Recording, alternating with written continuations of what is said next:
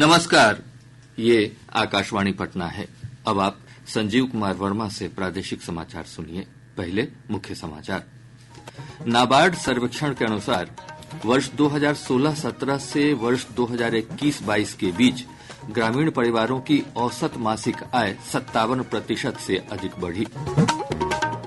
प्रदेश को औरंगाबाद के नवीनगर में बनने वाले अत्याधुनिक बिजली घर से 1500 मेगावाट बिजली मिलेगी।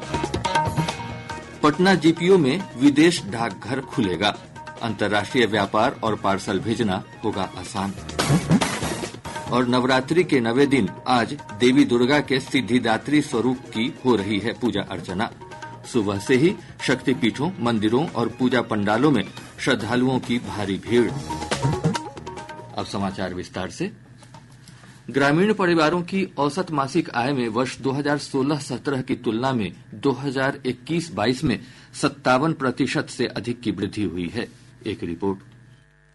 राष्ट्रीय कृषि और ग्रामीण विकास बैंक नाबार्ड के अखिल भारतीय सर्वेक्षण के अनुसार ग्रामीण परिवारों की मासिक आमदनी 2016-17 के 8,059 रुपए से बढ़कर 2021-22 में 12,698 रुपए हो गई। परिवारों के औसत मासिक व्यय में भी वृद्धि हुई और ये 6,600 रुपए से बढ़कर 11,200 रुपए हो गया। इस दौरान बचत में भी बढ़ोतरी हुई और ये 9,100 रुपए से बढ़कर 13,200 रुपए हो गई। ग्रामीण परिवारों के बीमा कवरेज में भी उल्लेखनीय वृद्धि हुई है। ये 25.5% से बढ़कर 80% तक पहुंच गई है। ग्रामीण किसानों के वित्तीय समावेशन विस्तार में किसान क्रेडिट कार्ड ने प्रभावी भूमिका निभाई है। पेंशन कवरेज में भी सुधार हुआ है और ये लगभग 19% से बढ़कर 23.5% हो गया है। समाचार कक्ष से शशांक कुमार। प्रदेश को औरंगाबाद के नवीनगर में बनने वाले अत्याधुनिक बिजली घर से 1500 मेगावाट बिजली मिलेगी। इस संबंध में बिजली कंपनी और एनटीपीसी के बीच समझौता किया गया है। एनटीपीसी के प्रवक्ता विश्वनाथ चंदन ने बताया कि नवीनगर में चालू वित्तीय वर्ष में दूसरे चरण का काम शुरू हो जाएगा और आगामी 3 सालों में बिजली का उत्पादन होने लगेगा। ऊर्जा मंत्री विजेंद्र प्रसाद यादव ने बताया कि इससे भविष्य में राज्य में होने वाली बिजली की खपत को पूरा करने में मदद मिलेगी। केंद्र सरकार ने त्योहारों को ध्यान में रखते हुए राज्य सरकारों को 1,78,000 करोड़ रुपए से अधिक का कर हस्तांतरण जारी किया है। इसके तहत बिहार को 17,921 करोड़ रुपए मिले हैं। केंद्रीय करों में बिहार की हिस्सेदारी 10% से अधिक है। यह हस्तांतरण राज्यों को पूंजीगत व्यय में तेजी लाने और अपने विकास तथा कल्याण संबंधी व्यय का वित्त पोषण करने में सक्षम बनाने के लिए किया गया है। राज्य सरकार ने दोहरी पारिवारिक पेंशन की ऊपरी सीमा तय कर दी है। इसके तहत पुरानी पेंशन के तहत आने वाले माता पिता की संतानों को पेंशन के रूप में मृतक माता पिता के उच्चतर वेतन का 50% और 30% ही मिलेगा। वित्त विभाग ने इस संबंध में अधिसूचना जारी कर दी है। अधिसूचना के अनुसार दिव्यांग संतानों को भी पेंशन का लाभ मिलेगा। राज्य सरकार ने केंद्र की तर्ज पर इस सीमा का निर्धारण किया है। सीमा शुल्क आयुक्त डॉक्टर यशोवर्धन पाठक ने कहा है कि पटना मुख्य डाकघर जीपीओ में अब विदेशी डाकघर यानी एफपीओ खुलेगा। इस संबंध में अधिसूचना जारी कर दी गई है। इसके तहत जीपीओ प्रांगण को निर्यात माल की लोडिंग और आयातित माल उतारने के लिए एफपीओ घोषित कर दिया गया है। श्री पाठक ने कहा कि अब पटना देश के उन चुनिंदा शहरों में शामिल हो गया है जहां विदेशी पोस्ट ऑफिस के जरिए देश के बाहर सामान भेजने और प्राप्त करने की सुविधा मिलेगी।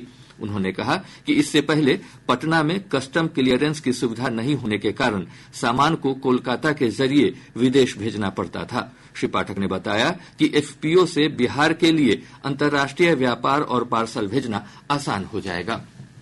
केंद्रीय मंत्री और हम के संरक्षक जीतन राम मांझी ने कहा है कि उनकी पार्टी झारखंड में 10 सीटों पर विधानसभा चुनाव लड़ेगी। श्री मांझी ने कहा कि वे एनडीए गठबंधन के अंतर्गत ही भाजपा के नेतृत्व में चुनाव लड़ेंगे। उन्होंने कहा कि सीट बंटवारे के तहत जो सीटें उनके खाते में आएंगी उन्हीं पर पार्टी प्रत्याशी चुनाव में उतारेंगे। शिक्षा मंत्रालय ने एक भारत श्रेष्ठ भारत के अंतर्गत युवा संगम के 5वें चरण के लिए पंजीकरण पोर्टल शुरू किया है। युवा संगम विभिन्न राज्यों के युवाओं का लोगों से संबंध मजबूत करने के लिए केंद्र सरकार की एक पहल है। 18 से 30 वर्ष की आयु के युवा इस पोर्टल पर पंजीकरण कराकर इसमें शामिल हो सकते हैं। पंजीकरण की अंतिम तिथि 21 अक्टूबर है। प्रदेश में सरकारी और निजी विद्यालयों में बच्चों के घर से आने जाने में हर तरह की सुरक्षा की जवाबदेही स्कूल प्रबंधन की होगी। बिहार राज्य बाल अधिकार संरक्षण आयोग की ओर से इस संबंध में सभी जिलों को दिशा निर्देश भेजे गए हैं।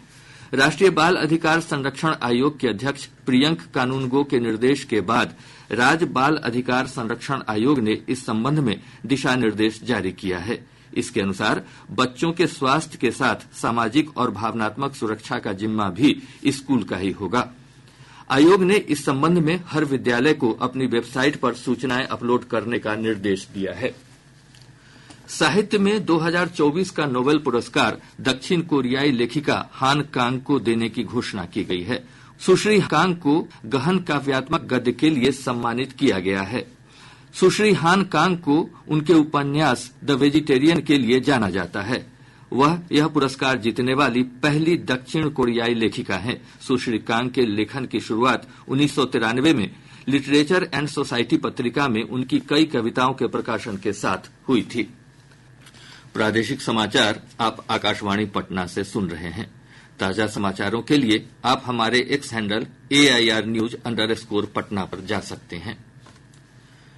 शारदीय नवरात्र के अंतिम दिन आज देवी दुर्गा के सिद्धिदात्री स्वरूप की पूजा अर्चना हो रही है। पूजा को लेकर हर तरफ श्रद्धा और उल्लास का वातावरण है। जय सिद्धिदात्री मैया, जय सिद्धिदात्री। मान्यताओं के अनुसार मां का यह स्वरूप सिद्धियों को प्रदान करने वाला होता है। इस दिन मां दुर्गा अपने भक्तों की समस्त मनोकामनाएं पूर्ण करती है। इस अवसर पर राजधानी पटना समेत प्रदेश के विभिन्न शक्तिपीठों, मंदिरों और पूजा पंडालों में श्रद्धालुओं की लंबी कतार लगी हुई है। श्रद्धालु सुबह से ही देवी मंदिरों के साथ ही पूजा पंडालों में पूजा अर्चना कर रहे हैं। हमारे संवाददाताओं ने बताया है कि विभिन्न जिलों में पूजा पंडालों को आकर्षक कलाकृतियों से सजाया गया है।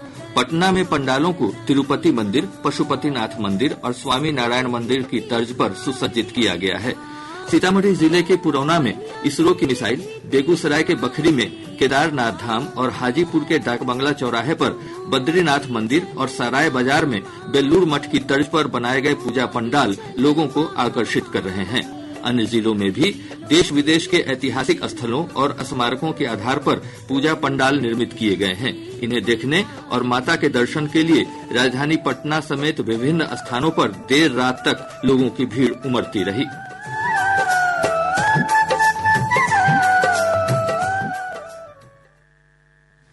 दुर्गा पूजा के मद्देनजर पूरे प्रदेश में सुरक्षा के व्यापक प्रबंध किए गए हैं। सभी जिलों में अतिरिक्त पुलिस बलों की तैनाती के साथ संवेदनशील स्थानों पर सीसीटीवी कैमरे से निगरानी की जा रही है। स्वास्थ्य विभाग ने प्राथमिक स्वास्थ्य केंद्र से लेकर मेडिकल कॉलेजों को भी अलर्ट मोड पर रहने का निर्देश दिया है। दुर्गा पूजा और दशहरा उत्सव के मद्देनजर राजधानी पटना में यातायात व्यवस्था में बदलाव किया गया है। राजधानी पटना में प्रशासन ने स्थानीय स्तर पर इन पूजा पंडालों के आसपास बड़ी संख्या में सुरक्षा बलों की तैनाती की है। असामाजिक तत्वों पर निगाह रखने के लिए सादी वर्दी में सुरक्षाकर्मी तैनात किए गए हैं। दुर्गा पूजा के अवसर पर राष्ट्रपति द्रौपदी मुर्मू, उपराष्ट्रपति जगदीप धनखड़ और प्रधानमंत्री नरेंद्र मोदी ने देशवासियों को शुभकामनाएं दी हैं। इधर राज्यपाल राजेंद्र विश्वनाथ आर्लेकर और मुख्यमंत्री नीतीश कुमार ने भी प्रदेशवासियों को शुभकामनाएं दी हैं। अपने शुभकामना संदेश में राज्यपाल ने कहा कि दुर्गा पूजा का त्योहार हमें उच्च आदर्शों को धारण करने और शाश्वत जीवन मूल्यों को आत्मसात करने की प्रेरणा देता है। मुख्यमंत्री ने अपने संदेश में प्रदेशवासियों से सांप्रदायिक और सामाजिक सद्भाव बनाए रखने की अपील की है। विधानसभा के अध्यक्ष नंदकिशोर यादव, विधान परिषद के सभापति अवधेश नारायण सिंह, उप मुख्यमंत्री सम्राट चौधरी और विजय कुमार सिन्हा तथा विधानसभा में नेता प्रतिपक्ष तेजस्वी प्रसाद यादव समेत अन्य गणमान्य लोगों ने प्रदेशवासियों को दुर्गा पूजा की शुभकामनाएं दी हैं। आज अंतर्राष्ट्रीय बालिका दिवस है। यह दिवस दुनिया भर में बालिकाओं की लैंगिक समानता, शिक्षा और अवसरों के महत्व को रेखांकित करता है। एक रिपोर्ट। अंतर्राष्ट्रीय बालिका दिवस लड़कियों को सशक्त बनाने और उनके मानवाधिकारों को सुरक्षित करने की तत्काल आवश्यकता पर प्रकाश डालता है। यह दिन दुनिया भर में एक ऐसा माहौल बनाने के लिए एक अनुस्मारक के रूप में कार्य करता है, जहां लड़कियां समाज में आगे बढ़ सकें, अपने भविष्य का नेतृत्व कर सकें और उसे आकार दे सकें। भारत सरकार ने लड़कियों को सशक्त बनाने के लिए बेटी बचाओ, बेटी पढ़ाओ, उड़ान और सुकन्या समृद्धि योजना जैसे कई कदम उठाए हैं। किशोर न्याय अधिनियम 2015 बच्चों की सुरक्षा को सुनिश्चित करता है। लड़कियों के भविष्य में निवेश वैश्विक समाज के सामूहिक भविष्य में प्रत्यक्ष निवेश है। सकलैन अख्तर, आकाशवाणी समाचार, दिल्ली। राज्य से मानसून की गतिविधियां धीरे धीरे कम हो रही हैं। मौसम विभाग के अनुसार राज्य से मानसून अभी तक पूरी तरह लौटा नहीं है। हालांकि सूर्य के दक्षिणायन होने की शुरुआत के साथ ही दिन के तापमान में बढ़ोतरी और रात के तापमान में कमी देखी जा रही है। मौसम विज्ञान केंद्र पटना के वैज्ञानिक ने बताया कि अगले 24 घंटों के दौरान राज्य के पूर्वी भाग के 1 या 2 स्थानों पर मेघ गर्जन और वज्रपात की संभावना है। प्रदेश में डेंगू के नए मामलों के मिलने का सिलसिला जारी है। पिछले 24 घंटों के दौरान डेंगू के 128 नए मामलों की पुष्टि हुई है। राजधानी पटना से 61 मामले नए मिले हैं। कटिहार रेल मंडल में बारसोई और सुधानी रेलवे स्टेशन के बीच एक मालगाड़ी के 2 डब्बे पटरी से उतर गए।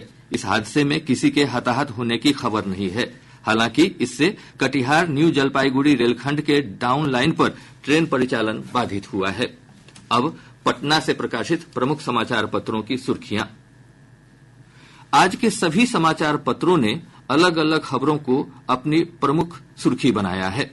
हिन्दुस्तान ने उद्योगपति रतन टाटा के अंतिम संस्कार से जुड़ी खबर का शीर्षक लगाया है, देश को गमगीन छोड़ रतन टाटा अनंत यात्रा पर।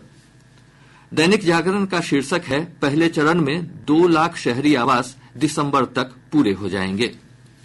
दैनिक भास्कर की सुर्खी है, 75,000 बूथ प्रभारी और हर बूथ पर 400 सदस्य बनाएगी भाजपा। प्रभात खबर ने राजधानी में उमड़ी भीड़ को तरजीह देते हुए लिखा है, हर कदम पूजा पंडालों की ओर बढ़ चला। आज अखबार लिखता है, इस्लामपुर हटिया एक्सप्रेस को पलटने की साजिश नाकाम।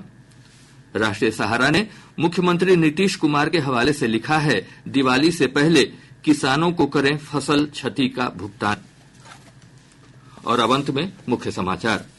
नाबार्ड सर्वेक्षण के अनुसार वर्ष 2016-17 से वर्ष 2021-22 के बीच ग्रामीण परिवारों की औसत मासिक आय 57% से अधिक बढ़ी। प्रदेश को औरंगाबाद के नवीनगर में बनने वाले अत्याधुनिक बिजली घर से 1500 मेगावाट बिजली मिलेगी। पटना जीपीओ में विदेश डाकघर खुलेगा। अंतर्राष्ट्रीय व्यापार और पार्सल भेजना होगा आसान। और नवरात्रि के 9वें दिन आज देवी दुर्गा के सिद्धिदात्री स्वरूप की हो रही है पूजा अर्चना। सुबह से ही शक्तिपीठों, मंदिरों और पूजा पंडालों में श्रद्धालुओं की भारी भीड़। इसके साथ ही आकाशवाणी पटना से प्रसारित प्रादेशिक समाचार का यह अंक समाप्त हुआ।